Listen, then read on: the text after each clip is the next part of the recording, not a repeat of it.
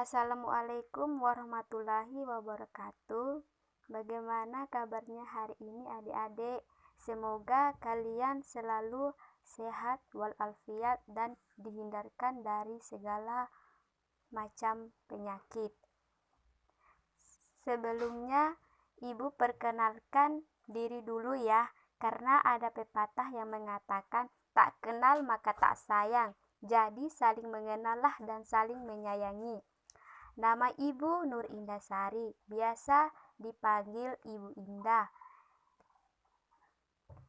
Di sini saya mahasiswa PPL dari Universitas Megarizky. Hari ini Ibu ditugaskan untuk mengajar di kelas kalian, yaitu kelas 5B. Pada pembelajaran kali ini, kita akan belajar tentang tema 3, subtema 3, pembelajaran ketiga dan keempat. Silakan adik-adik simak video pembelajarannya ya. Sebelum Ibu masuk ke pembelajarannya, terlebih dahulu Ibu membacakan tujuan pembelajarannya. Pertama, melakukan sikap bersyukur terhadap Tuhan Yang Maha Esa. Yang kedua, mengimplementasikan sikap toleran dalam keragaman sosial budaya masyarakat. Yang ketiga, mengidentifikasikan interaksi manusia dengan lingkungannya. Yang keempat, melaporkan interaksi manusia dengan lingkungannya. Yang kelima, mendeskripsikan keragaman manusia dengan lingkungannya. Dan yang terakhir, menyajikan hasil pengamatan tentang keanekaragaman di lingkungan sekitar. Baiklah, langsung saja Ibu akan paparkan materinya. Silakan simak baik-baik percakapan di atas ini. Aku tidak menyangka ternyata teman-teman kita memiliki keanekaragaman keterampilan yang luar biasa. Haha, betul Din, ada yang menulis bahwa ia mahir gitar, ada yang terampil bermain drum, ada pula yang merdu suaranya. Wah, mereka bisa membuat sebuah band sekolah Din. Seru sekali ya, bayangkan kalau di dalam sebuah kelas kita semua yang hanya terampil bermain drum, tapi tidak ada yang terampil bermain alat-alat musik lainnya, dan bahkan tidak ada yang pandai menyanyi. Itulah salah satu kekuatan keragaman yang dimiliki Yan, bahwa dengan perbedaan yang ada kita dapat saling menghargai dan melengkapi. Begitu pula dengan para petani yang beraneka ragaman keahliannya. Ada memiliki sawah, kebun singkong, kebun jagung, dan lain-lain. Pada pembelajaran sebelumnya, para petani yang memanfaatkan sistem irigasi ini bernaung dalam suatu wadah organisasi agar mereka dapat saling membantu satu sama lain. Apa ya jadinya jika tidak ada kerukunan antar para petani tersebut?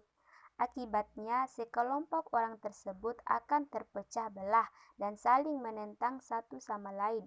Tidak akan ada terciptanya kehormatan dan budaya akan berubah. Apakah perbedaan yang terdapat dalam masyarakat memberikan manfaat bagi kemajuan pembangunan masyarakat tersebut? Jelaskan. Ya, karena dengan adanya perbedaan pendapat, masyarakat dapat saling bertukar pikiran, saling menghargai satu sama lain, dan juga saling mempelajari budaya lainnya. Di sini ada bacaan teks tentang Sanggar Tari Wadah Para Penari. Sanggar tari tradisional sebuah organisasi yang sengaja dibuat untuk mewadahi kreativitas seni tari. Disinilah tempat berkumpul mereka yang ingin mengenal lebih dekat tentang tarian tradisional daerah mereka. Sanggar tari juga tempat berkumpul para penari di daerah sekitar yang ingin memajukan dan melestarikan budaya daerah mereka. Sanggar tari merupakan contoh sebuah pembangunan sosial budaya. berlandaskan pada keberagaman yang terdapat di dalam keanggotaan organisasi. Sanggar tari ini pun menjalani kiprahnya sebagai sebuah wadah bagi para pemuda dan pemudi Kalimantan Selatan untuk secara positif mengembangkan bakat dan kemampuan diri. Nah, selanjutnya coba adik-adik perhatikan pertanyaan-pertanyaan di bawah ini. Siapa sajakah yang menjadi anggota di sanggar tari? Jawabannya, sanggar tari Kambang Tigarun beranggotakan orang yang baru masuk dan orang yang sudah lama berkecimpung di dunia tari. Nah, pertanyaan selanjutnya, berasal dari manakah anggota sanggar tari tersebut? Jawabannya, para muda-mudi Kalimantan Selatan. Pertanyaan yang selanjutnya, apakah mereka memiliki latar belakang sosial ekonomi yang sama atau berbeda? Jelaskan. Jawabannya, mereka memiliki latar belakang sosial ekonomi yang sama atau berbeda karena semua dapat menjadi anggota sanggar tari.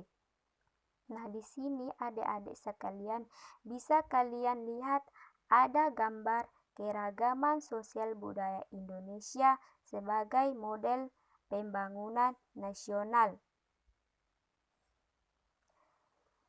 Keragaman sosial budaya menjadi modal pembangunan sosial. Setujukah kamu dengan pernyataan tersebut? Dengan keberagaman suku dan budaya yang dimiliki, kita bisa belajar untuk saling menghargai dan bertoleransi dengan yang lain.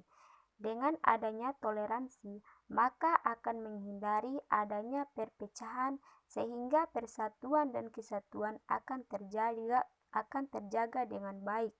Dua hal inilah yang menjadi modal penting dalam pembangunan nasional. Sanggar tari merupakan sebuah contoh swadaya masyarakat untuk pembangunan nasional.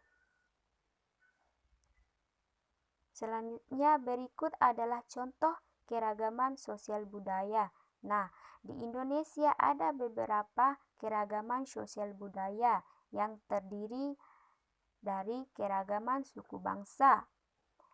Seperti contohnya suku Jawa, Pulau Jawa, Batak dan Nias, Sumatera Utara, Minangkabau, Sumatera Barat, Sunda, Jawa Barat, Betawi atau DKI Jakarta, suku Madura dan Tengger, dan lain-lain. Yang kedua, keragaman bahasa. Contohnya bahasa Aceh. Yang kedua, bahasa Batak atau Sumatera Utara. Ketiga, Minangkabau atau Sumatera Barat. Yang keempat, Betawi atau DKI Jakarta. Yang kelima, Sunda atau Banten dan Jabar. Dan yang terakhir itu Jawa, Jawa Tengah, Jawa Timur, dan DKI Istimewa Yogyakarta.